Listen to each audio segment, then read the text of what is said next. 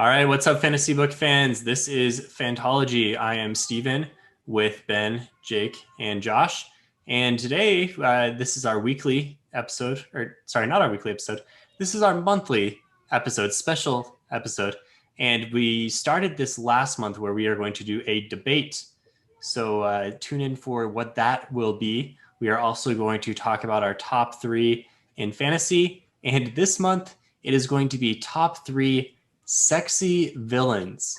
So very specific and very provocative. You are not going to want to miss that, right? I'm going to have fun doing the thumbnail for this episode.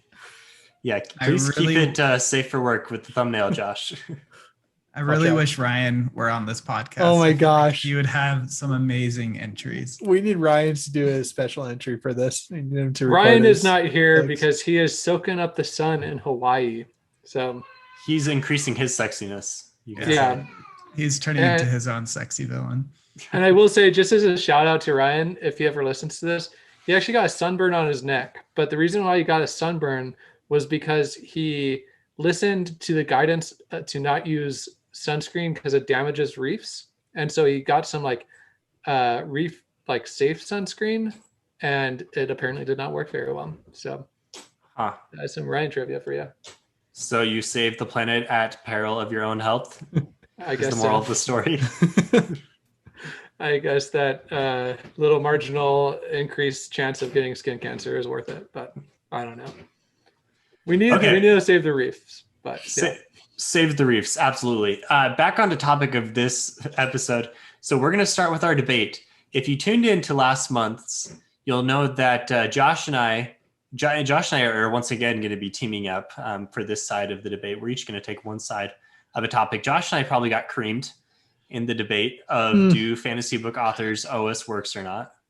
Don't know about that, Steven. It is a fact. I don't know about that. Josh, you had an uphill battle and you conceded everything in your opening arguments. Josh's opening argument was basically like, this position is indefensible. Yeah, we will still argue it. Whatever. Okay. So this month we're going to do, should the Wheel of Time TV series be released in weekly installments of episodes or in some kind of batch thing? And when actually question for you guys, when you say batch thing, Amazon has been doing the first three and then every week. So what are you arguing? Are you saying Netflix style batch? I think just to have it clear cut, we'll be doing either all in bulk, like the whole season at once, or weekly. We do plan on bringing up the current Amazon philosophy. Oh, you guys already have. We've done some research. Yeah. Oh boy. Okay, Josh, have you done research too? Josh is doing research.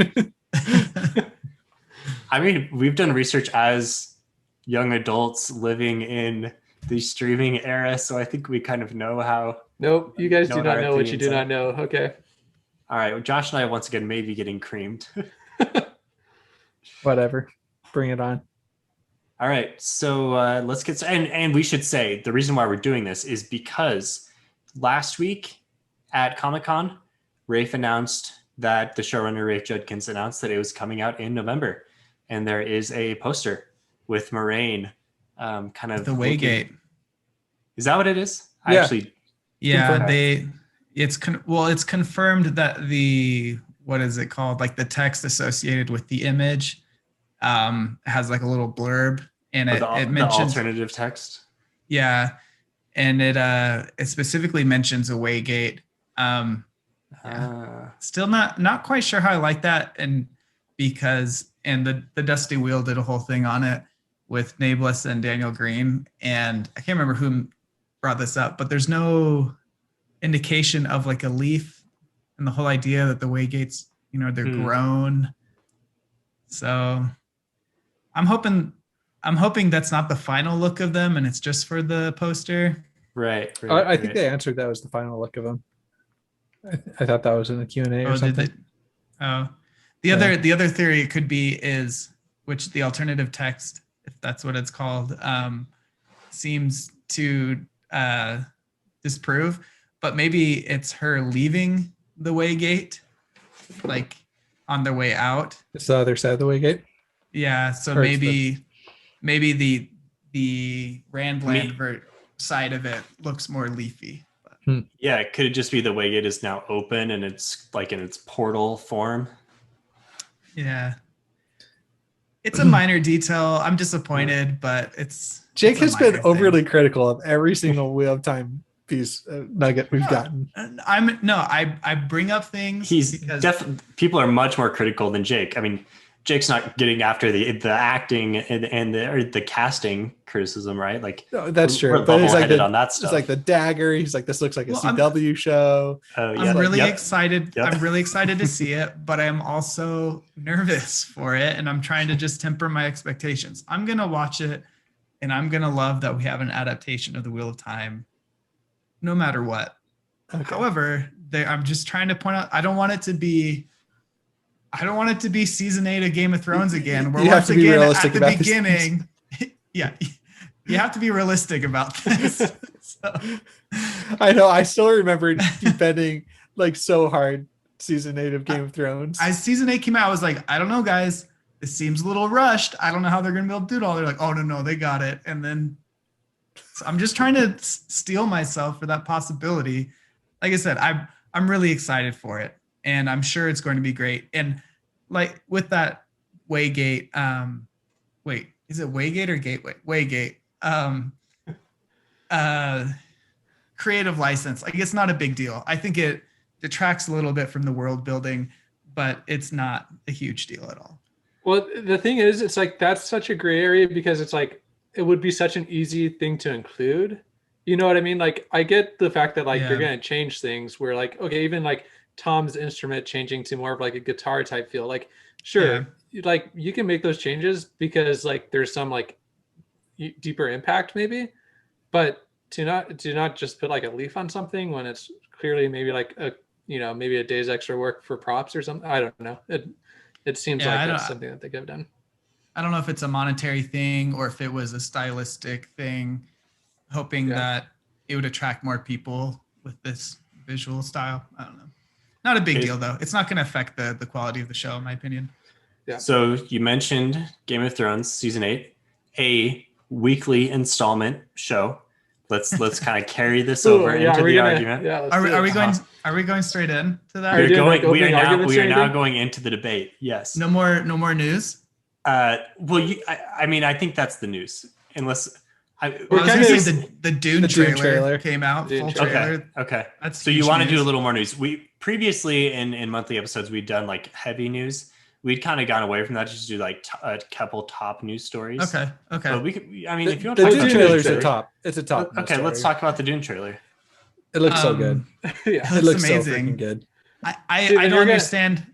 Oh, go ahead, Ben. I was gonna say Steven's gonna love it because it has Zendaya. Zendaya. You just assume that I have a crush on Zendaya? Yeah, absolutely. Zendaya, whatever. She's right in your wheelhouse, Steven. Sorry, Josh. Okay. It's understandable to mispronounce that, especially more towards the We standard. We corrected her like pronunciation. we corrected like 3 times. We corrected Ben like 3 times. Okay. But still, It's stuck in my head. It's all Ben's fault. What I don't Zendaya. understand. Do I have a crush on Zendaya?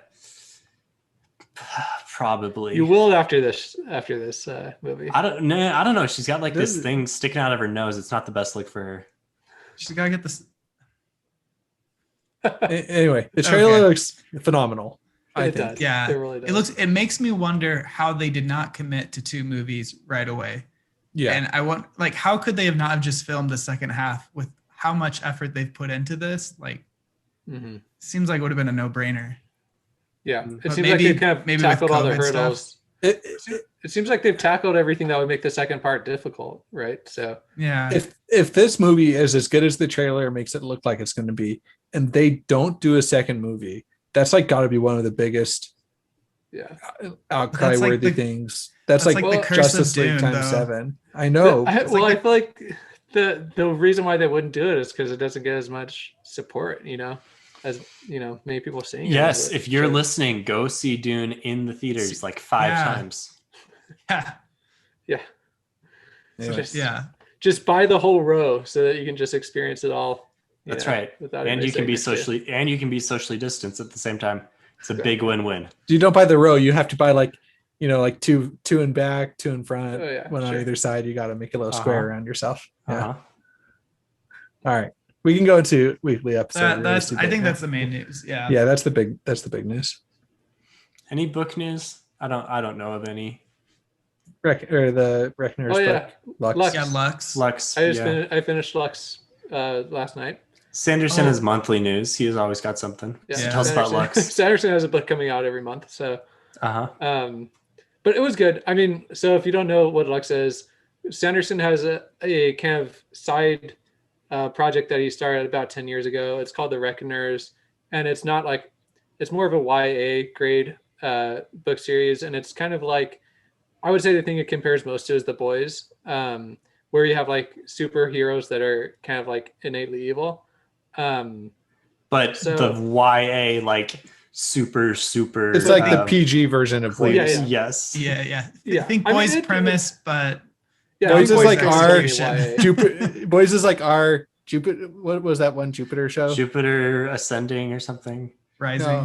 Jupiter Rising. Yeah, Jupiter Rising is like the PG-13 version. Jupiter Ascending is that Channing Tatum movie. That's a Channing Tatum movie. Yeah. But the Netflix Jupiter comic show. Anyway, and then Reckoners is like the PG version of that show. I don't know. No, there's some a little bit more graphic things that happen. It's PG.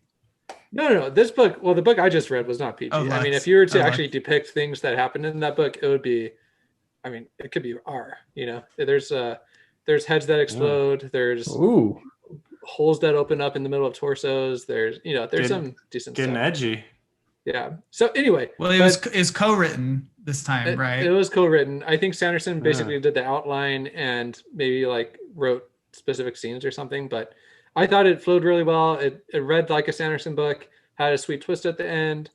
And you don't have to have read the previous trilogy, but it does add to it, but it's not necessary. Are there characters from the There are previous characters trilogy? mentioned, yes. There's, I don't know how much we want to spoil from the other one. Like Proth is mentioned, David's mentioned. Okay. And they have, David is only mentioned. Proth actually has screen time. And does it take place before or after or during? During / before and after. I mean, there's kind of scenes from. All right, it's got a floating city. That's cool. It does have a floating city. And where's the floating city in the world? It's our world. DC. It's DC that's floating, right? But it's floating over Texas. Yeah, exactly. And it I would say on the nose. I don't know. It's good. It's an Audible original, but it doesn't have like a super podcasty feel or anything like his other Mainframe, which is the production company, has like kind of background music and stuff.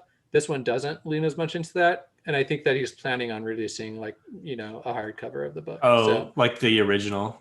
The original is the name of the other one. Yeah. Yeah, the original. This one it doesn't have like as much background music or anything, or like guns firing or anything in the background. It's just, but the narrator's really good. So yeah, that's kind of overview of that book. I would say. Is it Stephen Pacey though? I don't think so. Yeah, I'm just kidding. Oh. You said the narrator's good, and I was just comparing to the goat narrator. The goat. Oh, he's the one that does what's his name, right? Slaw. First Slaw. Yeah. Yeah, definitely not that good. No. But he doesn't need to be that good either. So there's like a few POV characters. So okay. Now is the time for the debate. After like 3 false starts, we're finally starting the debate. Okay, you guys have researched apparently. So and by the way, I'm gonna try to like facilitate the debate, but I'm gonna argue on Josh's side. But by facilitate, I just mean if we're on something for too long, I'm gonna like jump in and say, okay, let's talk about another point or something and move it along. Okay. Anyway, I can see this being very, very non-biased. Your time is up. Let's move on. Good point. Yes, next. Okay, so Ben and Jake, opening argument statement. Jake, you want to take it? Yeah, our argument is 2 points, one main point and one side point. We believe that the bulk release of a show like The Wheel of Time would tend towards a more artistic. And I don't know. I didn't expect to have to put this on the spot, but just creating a better work of art. Like the art piece itself would be of higher quality if it was all in bulk. And our side point is Amazon tends to gauge the success of a show based on how many new users it brings. So how many people sign up for Amazon Prime in order to watch Wheel of Time, basically. And we also argue that a bulk release would increase those numbers more than a weekly release would, and therefore signal to Amazon of its success more. So question. So it sounds like, wait, Josh, are we questioning them or are we doing our opening statement? Because I feel like we need to follow with our opening statement. We can do an opening statement. And then you can question. Yeah. Okay. Look at me. Look at my non-biased. Yeah. Very good, Steven. Here. Very big. Okay. Try not to give your whole side. Well, that's you, Stephen. You can do the opening arguments this time because last time I apparently, my rhetoric was too amazing for the debate last time. Yeah. Okay, let me think of what our opening argument is going to be. I didn't watch the last episode, so I wasn't sure this format was. No, that was good. No. That was good. Yeah. That was good. Somewhat of a classic debate format with lots of disorganization. Okay, our opening argument, the main point that comes to mind when I think about this is Wrong. And okay, Trump. Will you just shut up, man?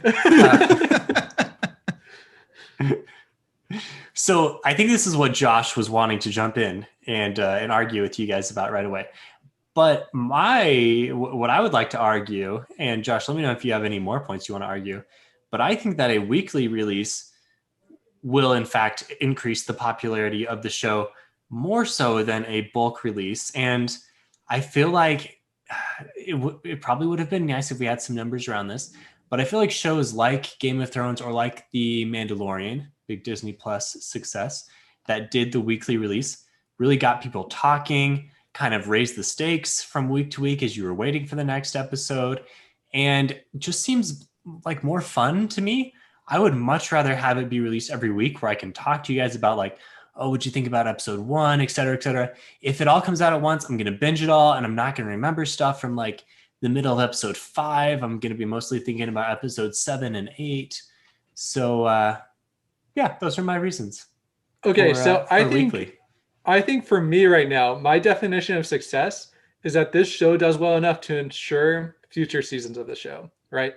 And so I think that like as major fans, yes, we will like enjoy it and we'll have like this engagement over a longer period of time. But I really want this show to transcend the major fan base, right?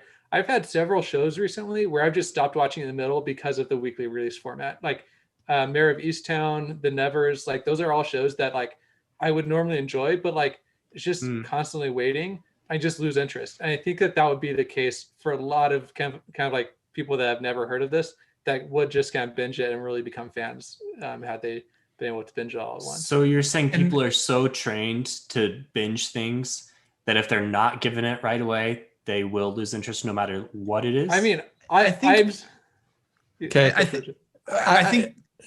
what his, just to clarify what Ben is saying, it's more so unless you're really hooked on the one episode that has dropped, like you might not be as interested. You like, oh, I have to wait another week for this episode. If you're not super hooked into it by that first episode you've seen, by the time the next episode releases, you might just be like, not really into it. Whereas if you're not super hooked by that first episode, but you have 6 or 7 that are already out, you could easily go, I'll try episode 2. My interest is mildly piqued with this mediocre episode 1. Let me try episode 2. And we know that it's hard. It's really hard to make a great first episode. Like pilots of things always kind of struggle to get their feet underneath them. And we know that Amazon is really pushing this show hard right now. And so they want people like to come in engaged. And so I don't know what it's going to look like after the second, third episode are releasing. But, if people aren't as engaged, then they might stop spending that ad money to kind of keep on drawing people in. And so I think it's super important that we get a really good showing here. And and that's going to mean that we have a bulk release. Josh. What are you gonna say, Josh? Request to share my screen. Okay. Sure. Oh, we have data So, coming in from Josh. Yeah, I will. So if you're just listening, Josh is I'll sharing. explain. I'll try and explain it. Yes. Where is my desktop on share? Technical difficulties, classic. Oh, okay. Hey, boomer. I have to give Zoom access to. Josh, as you're doing this, I'm going to expound on Jake and I's original point here, and you can feel free to cut me off when this is done. But I feel like in order for the one way that weekly releases are successful is if there's such a great mystery behind it that it drives it forward. And I am just hoping that they don't have to resort to that for this show. I think that shows that have to resort to cliffhangers or like these like things that just try and pique your interest for the next episode, that really hinders the artistic ability of the shows to succeed that way.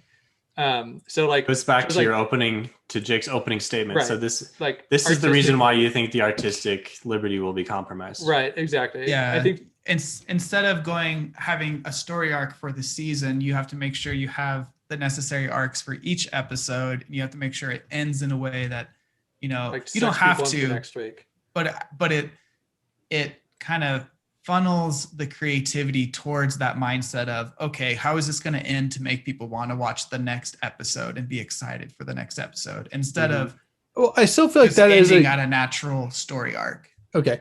I feel like that is a consideration for bulk release too, though, because you want to keep people binging. Not as much. You want to keep people binging, but it's not as much. Like you look at shows like Luke Cage and Daredevil and stuff, and Jessica Stranger Jones Things. and Stranger Things, they have like these, like, yeah, they have a minor, like there's definitely still a story in the episode, but it's much more like a book where it's like chapters. You know what I mean?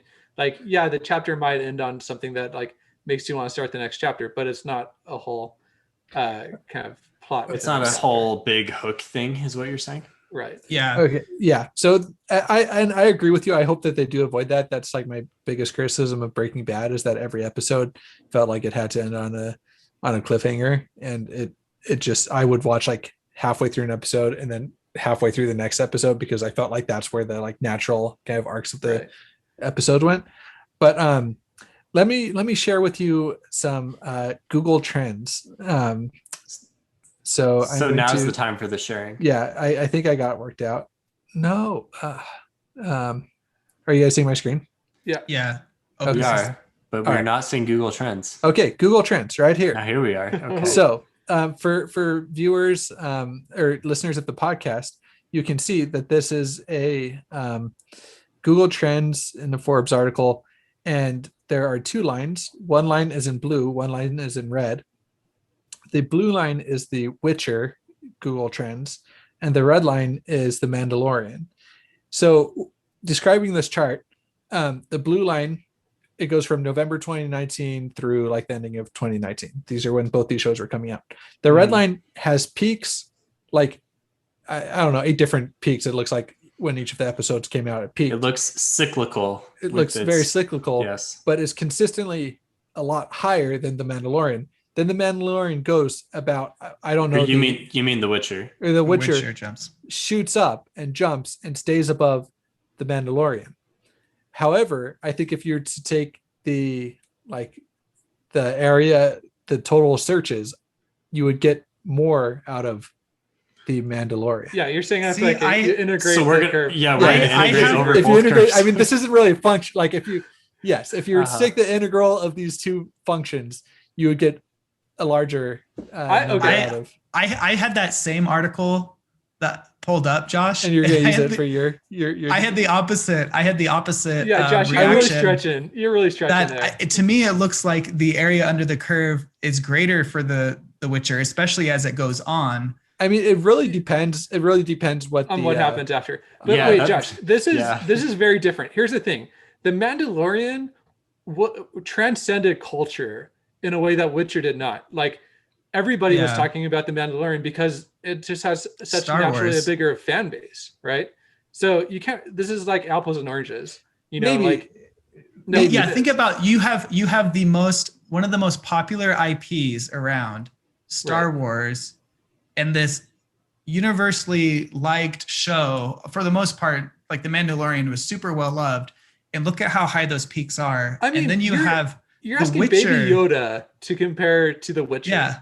Okay. And then you have The Witcher, which was this niche, mainly just interest because of video games. And then look how high that got. It's got Henry Cavill. It's kind of a also and look at the marketing. Also, the marketing given to The Witcher was like nothing compared to The Mandalorian. But wait, there's also less people at the time. This was right when Disney Plus released, so there are a lot in terms of total subscribers. I don't even know if Disney Plus had a worldwide rollout when that happened. So if you look at the total number of households with access to fair, Witcher, but the amount of free totally press different. that the amount of free press that The Mandalorian got, I mean, come on. Yeah. It's also tough because The Witcher is more of an adult show, while Mandalorian, pretty mass appeal. And all those things, I think, give The Mandalorian a better start, like a head start, and it didn't completely overperform The Witcher there. Yeah. So I feel like we need more data. More data is needed. And also Google Trends. I think you do. It's more likely to favor The Witcher though, because people don't know what it is, so they're probably Googling it, trying to figure out what The Witcher is. Dude, come on, man. No, people didn't know. But all I'm saying, okay, my point is with that is that one, I think we should get the numbers and actually figure out. Because that graph was not up to par. I remember seeing that graph when it came out and thinking that it favored the weekly release schedule. That's why I searched for it in the first place. But I thought the opposite. That's so funny. Like 2019. Yeah. Okay. It was like when we first started arguing about the Wheel of Time release schedule. But either way, I think that you want that conversation as part of the culture, and I don't think you get that. Here's the thing, though, Josh.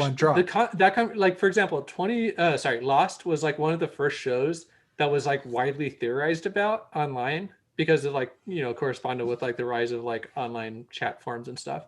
And but the reason why they're able to do that is because each episode was the cliffhanger. That is what drives that type of online engagement is that cliffhanger type approach to things. Do you think doesn't have those cliffhangers though? That's why the peaks were so low. What about Game of Thrones? It's a weekly show.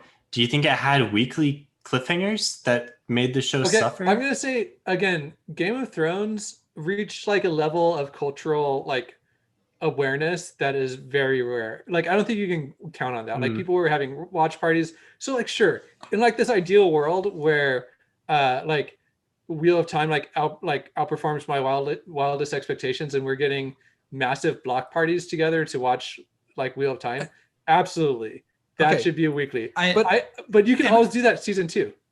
My response to Steven about Game of Thrones, if I remember right, the first season it wasn't really like that with the cliffhangers. I mean, episode 1 had a huge literal cliffhanger. Right. I felt like the rest of season 1 was the perfect everything you would hope for, and the episode 1 was a warranted cliffhanger as well, where everything was meant for this build for that last episode, basically season 1. But I do think as the show went on, it definitely had moments of, we're gonna try to make this have an emotional end because we don't really know what else we're gonna do here. And when they could have instead focused more on these character arcs, have them a little more fleshed out and pay off further down the run, instead of just, we need to have something at the end of this episode. So one thing I will say, going back to the argument about the Wheel of Time not being a very well-known property, I'm going to push against that a little bit. I think it was who was it? Anyway, a YouTuber I was watching threw out the stat that 90 million people have read the Wheel of Time. That's a lot of people. It sold 90 million copies. So hopefully people have read the copies. Oh no, are you saying 13? So you'd actually divide that number by 13? Has the first book of Wheel of Time sold 90 million? Come on, man. 14 plus 1. But also, I mean, I think it's pretty comparable to Game of Thrones when it started out, where the people who know Wheel of Time now are already going to be fans, are already going to be watching the first season of the show. But I think that most likely be fans. But I think that provides a really good base of people that are going to be watching I'm the not show saying and that talking about it. Game of Thrones might have started at the same level that Wheel of Time starting. Yeah, but I'm just saying it reached like, I don't think we can count on Wheel of Time reaching the same levels of popularity that. Yeah, I think what Ben's trying to say is Game of Thrones got to a point fairly quickly where they didn't have to be writing in this way. Like they probably didn't feel the pressure as much of we need to have a cliffhanger in order to get people coming. It was already, we're super popular now, so we can write however we want. So okay, my final point is, I don't have the data to back this up, but every streaming service, every streaming service besides Netflix, pretty much all the main ones, at least all the ones I have access to, are doing weekly releases. So they must have data to like be driving this decision, right? Okay. Like, well, first of all, Ted Lasso is coming that out week to week. Apple does it week to week. Amazon does it week to week for the most part. Amazon, Amazon, they do a hybrid. Okay, they do a hybrid. Okay, they do a hybrid. But Here's they still do week to week. Wait. Let's keep going through them. Hulu does week to week. What Wait, else? Josh, I just need to tell you this, okay? We're counting up Josh's monthly budget right now. I'm like, okay, $7.99. I read up on this. $15.99. Listen, the only point for Amazon to have Prime Video is to drive sales on their website. That is explicitly stated in like leaked documents that has been put out by Amazon, or I guess. And by their website, they mean new subscribers to Amazon Prime. So the way they measure the success of a show is it the first show that somebody logs on to watch? Like, does somebody activate an account? Yeah. Yeah. Like, did they activate this account to watch this show? So do I need to activate a new Netflix, new Amazon again? The cost per first stream is how they measure the success of the show. Now, if you're somebody that sees something advertised and you know that not all of it is out yet, then you're most likely not going to activate your account yet because you either want a free account or whatever. That's different than the models of all the other things that you just listed. The point of Netflix is to keep you engaged month to month to month. The point of Amazon is to get you in there so that you then see the value in the Amazon, free shipping. And that's exactly how I used how I timed my HBO account. Is I waited until all of Lovecraft Country was out and all of Raised by Wolves were out because I wanted to watch all of that. And so I wasn't going to get the account right when it came out. I was going to wait until the whole season was out. So then I could, if I wanted to, I could have it for just a short amount of time, watch those shows and then cancel. Well, and it's not a bad thing. Don't you think their analytics is looking at still what is the first thing, rather even if it's all out or not? I think it will be, but I think that at that point, like if somebody has to wait like 3 months, the chances of them like being reminded, like, hey, this is a show that you thought about watching 3 months ago or whatever, that's like a lot less because they're not having it advertised to them as much. And to respond to that, like from what I understand, the reason your guys' main reason to have the weekly release is to show that the show is successful, to help the show be successful. It's engagement. Engagement. Yeah. And then also to have it become part of like the cultural zeitgeist, right? Which is that engagement of like people talking about the show. $10 word for Jake. All those things. But if people are in their mindset thinking, I want to watch the show, I'm going to wait to subscribe until the whole show's out, then you're missing out on all that engagement because you want this week to week engagement, but you'd be missing out on that because you're just going to wait until it's all out.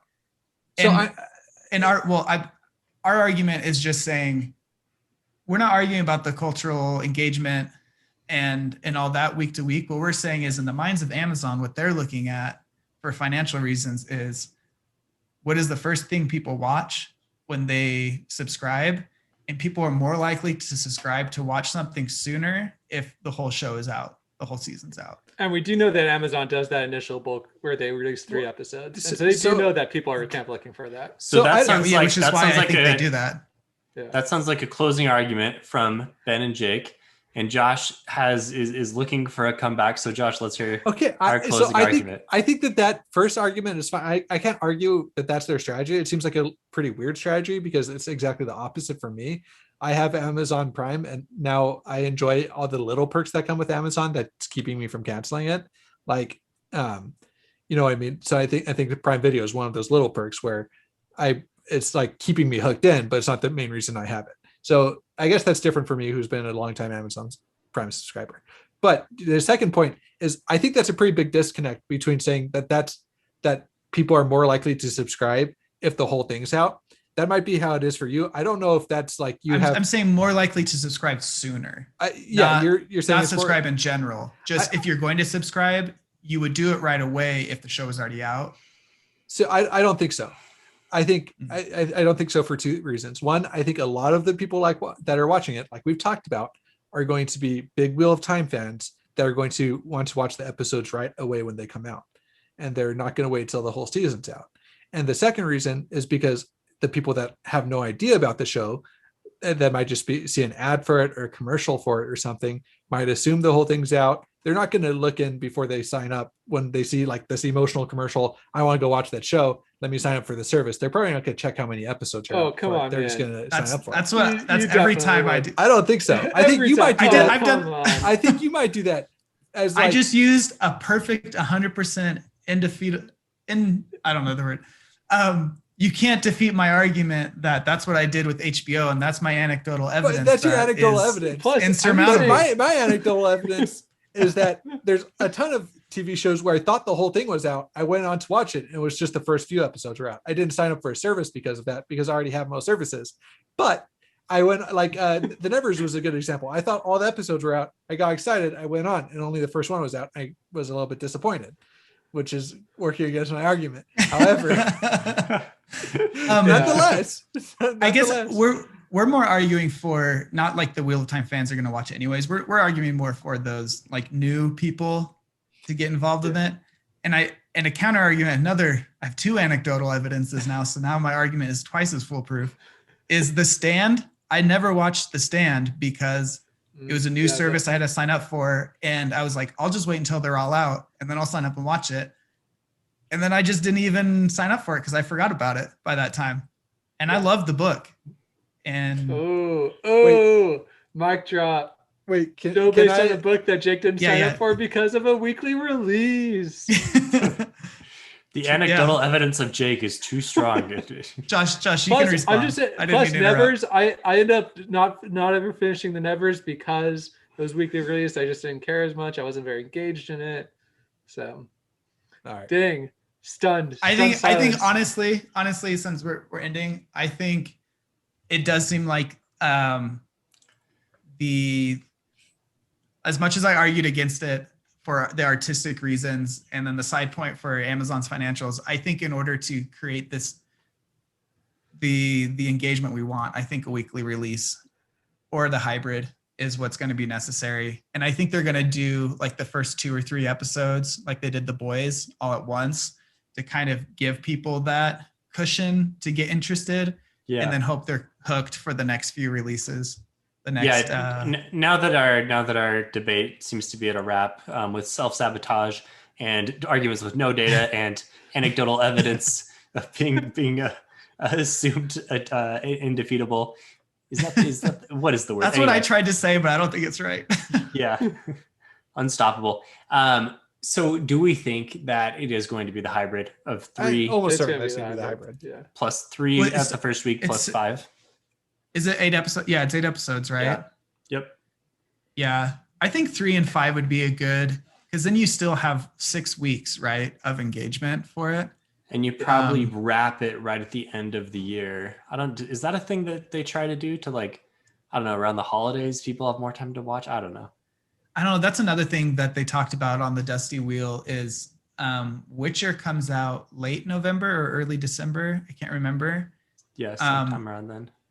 So I don't know, do you think that they're going to try to release this in a way that it overlaps with The Witcher as little as possible to try to not pull that?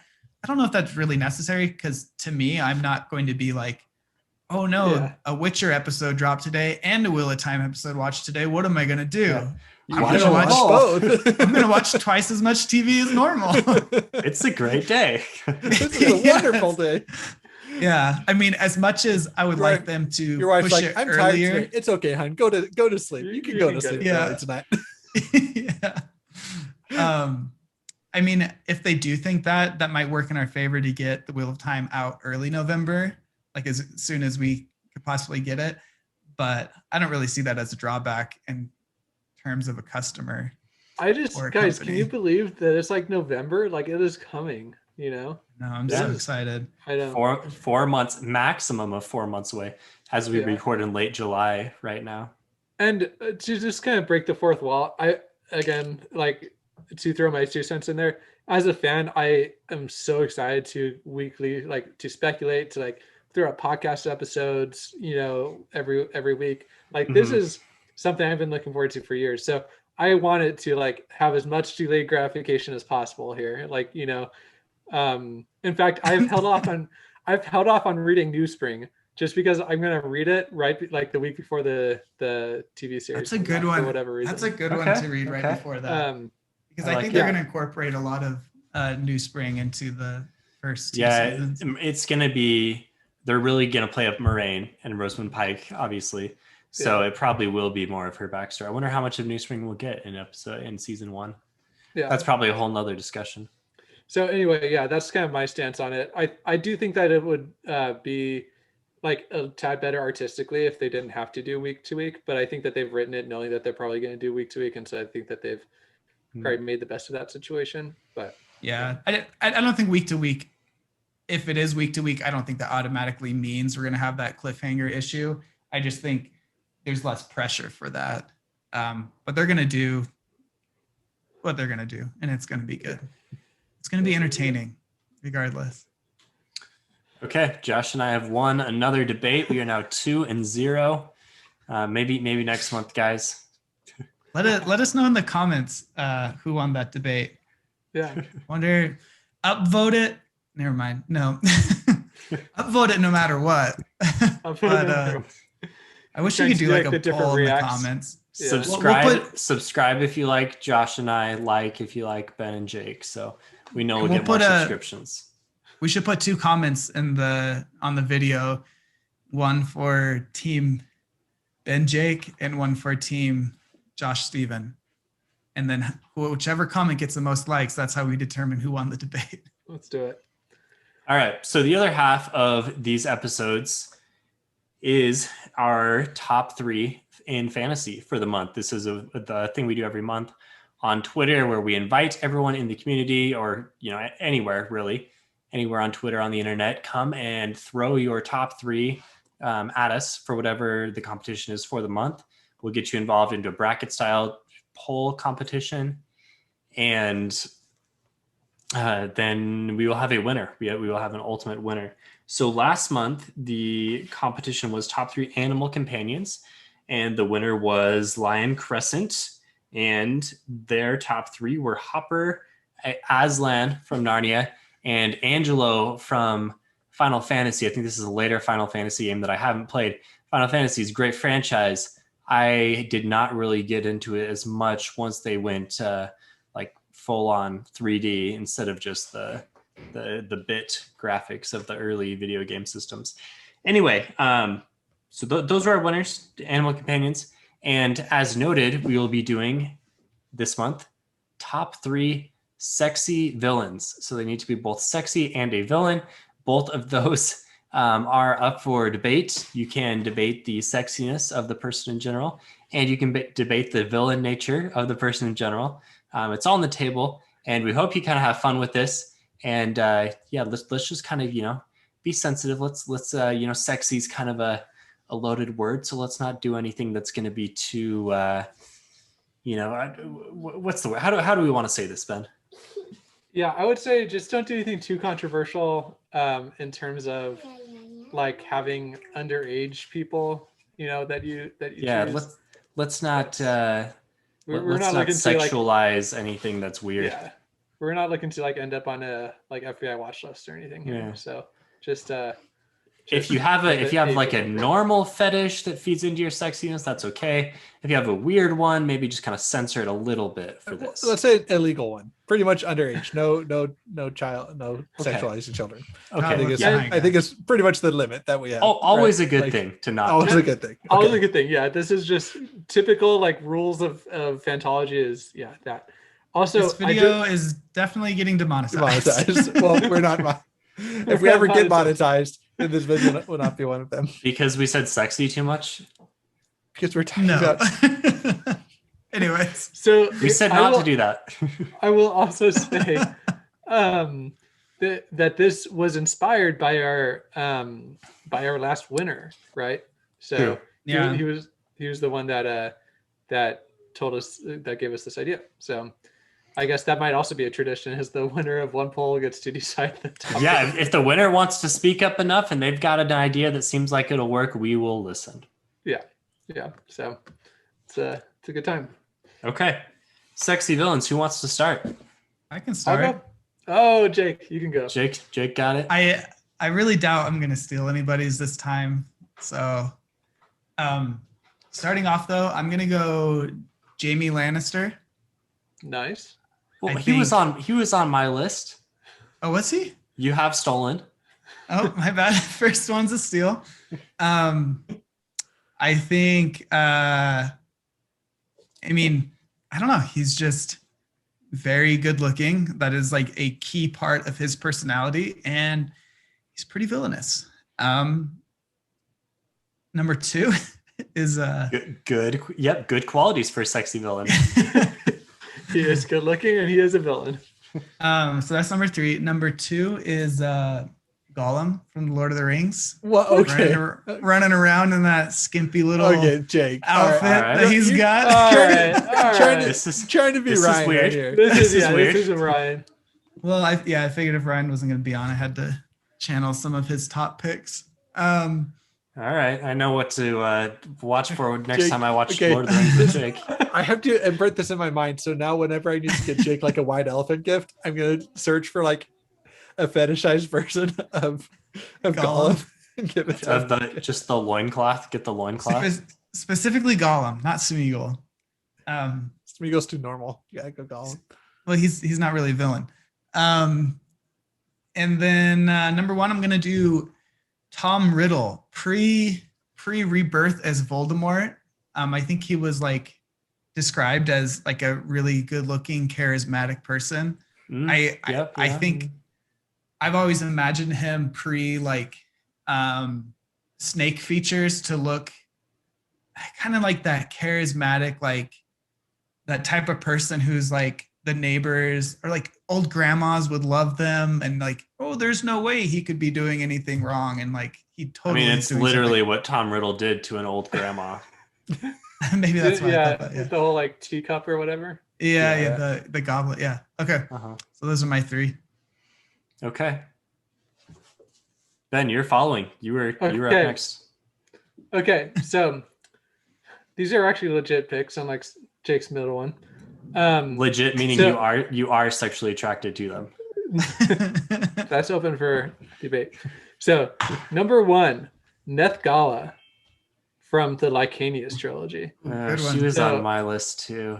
Oh, Good dang. I one. can't believe, well, Well, it's a good one for you. it's a good one. Yeah. I feel like she kind of nails the like sexy, but also just like crazy, like just, I don't Hot crazy. Yeah, we know Yeah. where she lines up on the hot crazy Oh, ref. yeah, for sure. She is. Yeah. So she's my number 1 pick. Number 2 is Mab from the Dresden Files. So, Okay.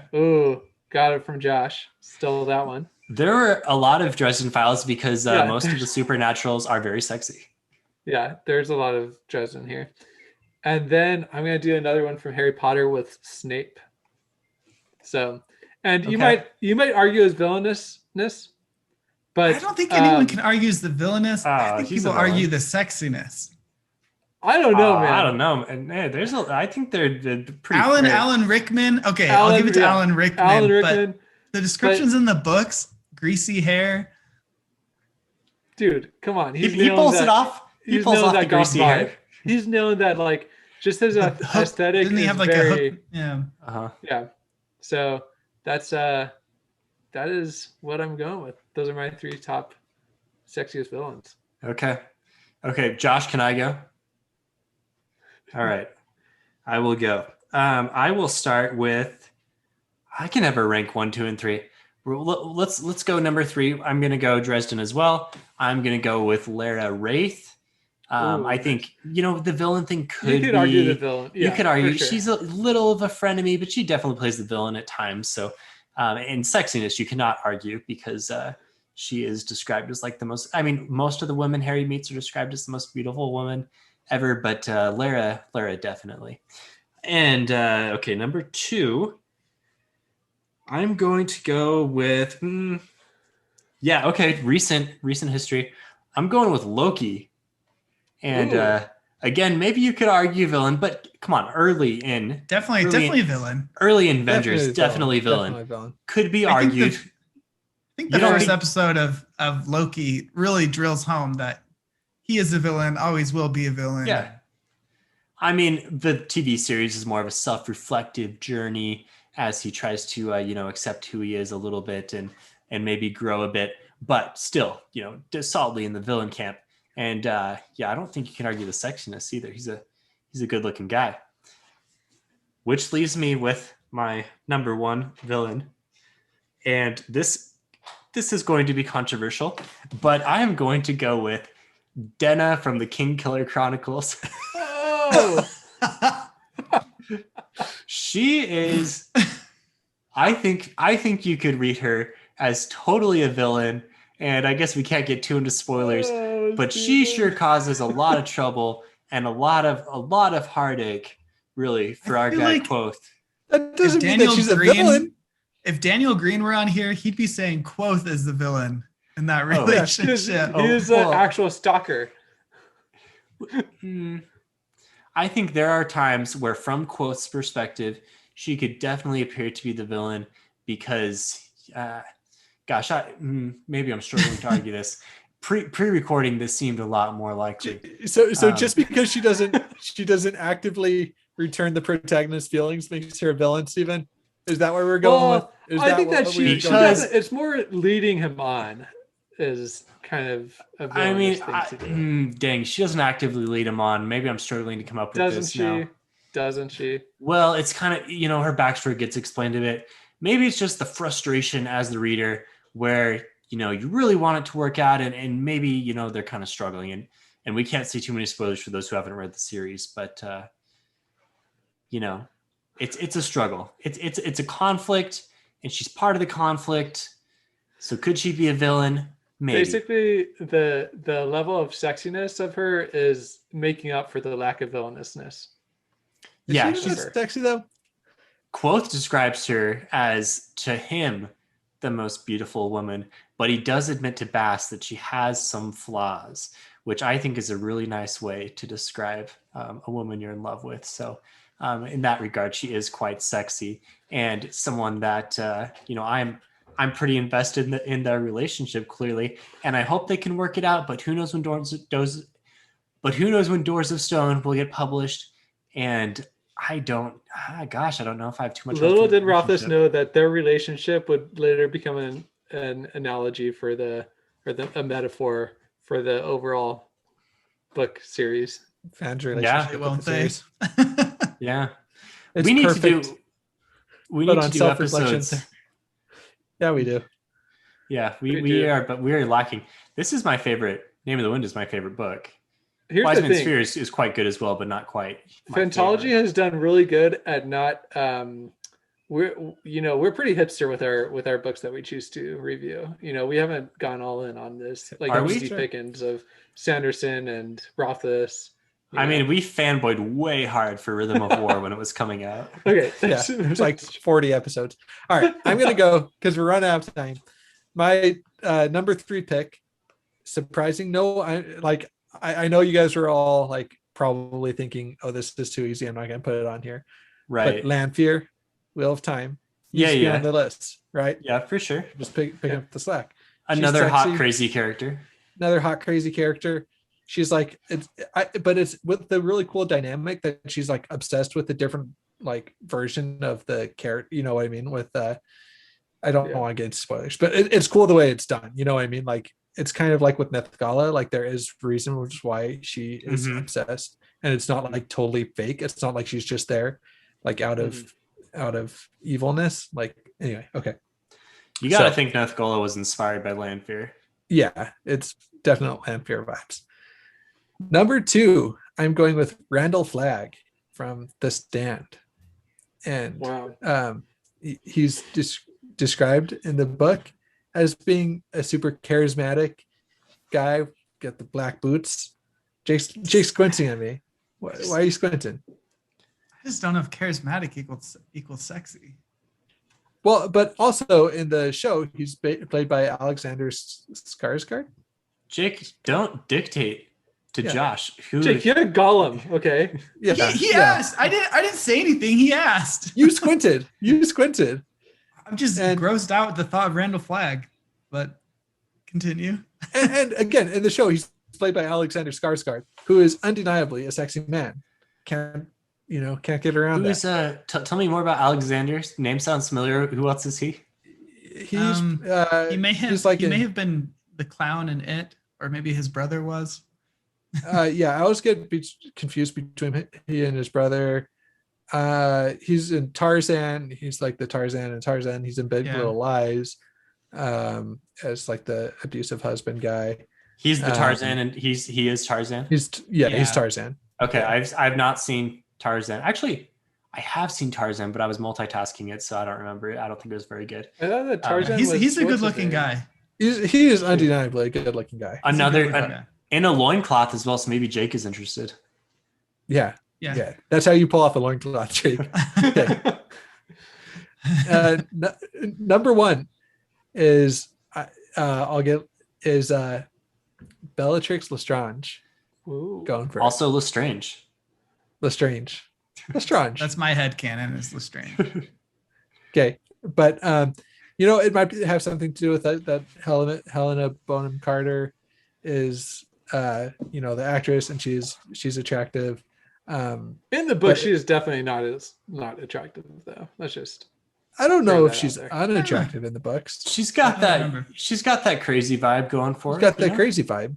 Yeah. Are all 3 of Josh's characters insane? Is Randall Flagg insane? Oh. Well, Randall Flagg.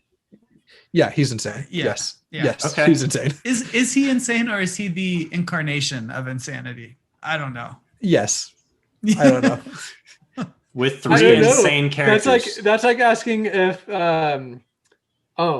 Harry Potter, what the heck? Daniel Radcliffe. No, Lord Voldemort. No, the Dementors. That's like asking if Dementors are scary or if they're just the incarnation of your fear. Like, fair at enough. what point does it just not matter anymore? Anyway, those are all my picks. Kind of basic, you may argue. Good picks. But there they are. All right. Any honorable mentions that you had on your list that didn't get brought up quickly? Of course, Cersei, and another Game of Thrones female character that we're not going to mention because of spoilers, and we should just at least respect those spoilers. But by the end, she is sexy and a villain. She was always sexy. Yeah, and she was always a villain to some people. Yes, also true. Okay. I think Arengar is a good honorable mention. Who's the one from his Dark Materials? Like the mom? Yeah. Yeah. Gosh, what is her name? I want to say Lady Jessica. That's from Dune, obviously. That's Dune. But she has well, sure. But she has like a similar type of title. What's her name? Okay, someone look up her name. On my list, I had Felurian. Maybe that should have been my choice. I was thinking about that too. Yeah, but within the context of the book, she wasn't villainous. Yeah, like she's kind of neutral. Villain. Yeah, she's not a great villain. But by nature, she's villainous. But within the book, definitely not villainous. Denna is much more of a villain. I had There's no coming back from this one. I'm gonna get hate for this. A few characters from Joe Abercrombie's books always kind of pop out as like they might not be villains, but they're definitely gray. I mean, every character. Logan Nine Fingers, Yeah. Has Although he's described pretty- as like the most ugly man in the world. Yeah, but he has described as- definitely he radiates some masculinity. That's for sure. That is That's true. true. That could be seen. Yeah, if you're just attracted to like pure, like unbridled, I don't know, Testosterone. rage, Aggression. yeah, testosterone. Yeah, I mean, it works. It works for one character in the book. it does. It does. Well, At least step- two if you- characters. yeah. Also, what's the one best served cold? She's Monza. Mansa. yeah, I don't know if she's necessarily a villain, but Oh, I mean, she could. Yeah. okay. That's a good interpretation. That's a good debate. Yeah. Mansa and Shivers. Yeah, sure. Shivers. All of Abercrombie's characters are like fairly beat up, but yeah, they just have All the that. characters that make it have only made it because they're ridiculously. They're all aggressive. imposing. They're all very imposing. we Yes, should say. confidence. Could- Yes. Could Baez. Glocta- Jake, are you going with Baez no, now? not Baez was never considered like especially good looking. Could Glocta have? Yeah, a lot of people. Like Glocta- No, I was mean pre- as a sexy villain. Backstory: Glocta. I'm trying to because I definitely there's a case for him being a villain in the There's a current case for him. iteration. He's sexy. Was It's there a it's case very for good. him? Yes. No. This is very good, and you haven't even read all of the short stories as well. So in the short stories in Sharp Ends, there is a Do they go story back in time? that's back in time for Glocta, Okay. and for sure fits both of those criteria. Okay, because I was like, there's definitely a time when he was sexy. There's definitely a time when he could be considered a villain, but I didn't know if they ever overlapped. Well, I think it's pretty first of all, easy to consider him a villain. I don't think he's a villain in that story. He's not really that villainous. He treats people like He doesn't treat Totally. people well, but he's You can be a protagonist and a villain at the same time. no, I know that, but he doesn't do anything outright villainous. He Josh he is does. like, oh, the evil treats- stepmother in Cinderella. He does. Is not a, He does, is not though. a villain. he gets into. Okay. He almost. Yeah, you're right. You're right. Yeah, we shouldn't spoil things. Yeah, we won't spoil He anything, but almost does some villainous things. because his From pride what- is wounded, he selfishly tries to do something very villainous. Okay. From the all three right, you're books right. I've read, Okay. he has definitely indulged in cruelty, which is a villainous act in my mind. No, Uh-huh. Oh no! In the later books, he's for sure villainous, and I think a lot of people find him sexy in those books too. There's a lot of Glocta thirst. Is there? Yeah, Oh, I there's a know lot of what Glocta sites thirst Josh out has there. been. What rabbit holes have you been down? Well, first of all, Exploring your Glocta thirsts. I mean, even the ending. Well, I don't want to spoil the end of the book, but it's not just that. Like there's a relationship that develops at the end, and it's not just the fact that he's like. I think that there's some attraction there. Yeah. Debate. Okay. Let's Powerful. or there was He's just or there powerful. was just a lot of wine associated with that one. Okay. Others on my list, I have Marcone. I think Oh, again yeah, I a had very Yeah. very too. powerful and well put together man from the Dresden Files. I have Cassius from Red Rising. Ooh. All of the golds are incredibly beautiful. The jackal. Yeah, the jackal, but he's not described as quite as beautiful as Cassius. Yeah. He is a Yeah, gold. Sabetha? Sabetha? Is Sabetha a villain? In the third book, she kind of is. Like she's Yeah. not really a villain. She's more of just an antagonist, I well, guess. antagonist. If she's a Yeah. villain, then I get to have Denna as a villain. No, because Dinah isn't actively working against Quoth's interests. She At any is a point. little bit. She is a little bit in Wise Man's Fear when she comes up with her, her whole. Well, I shouldn't say, but But was the intent to put down Quoth? no, I know, No. but it worked out that way a little bit. I feel like there's some. I guess she's more. Sorry, go I ahead. feel like this debate has been going on long enough, so I'm Yeah. interrupting. But I feel like Yeah. Gentleman Bastards has some good both sexy and villainous at times characters. It's got some good characters. We need to review those. Yeah, we do. And I probably wanna reread them. reread them. Yeah, if we can get a solid release on Thorn of Emberlane, I will definitely. He just made a post. I don't know if you guys saw that. Oh, really? That might be fantasy news. He talked about I remember right, I kind of skimmed it.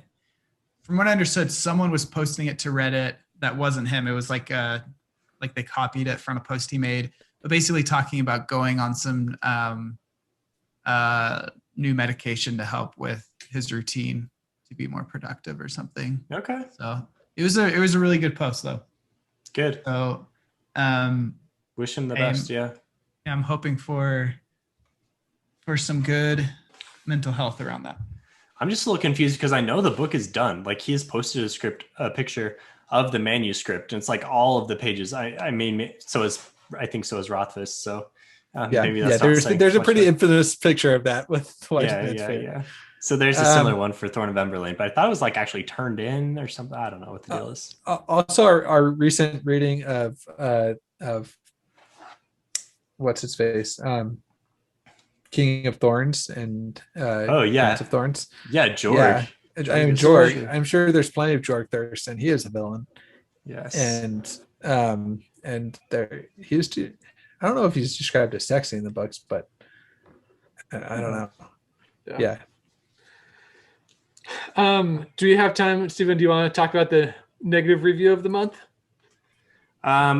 We will skip the negative review this month. I don't think it's quite good enough, and we're probably at time.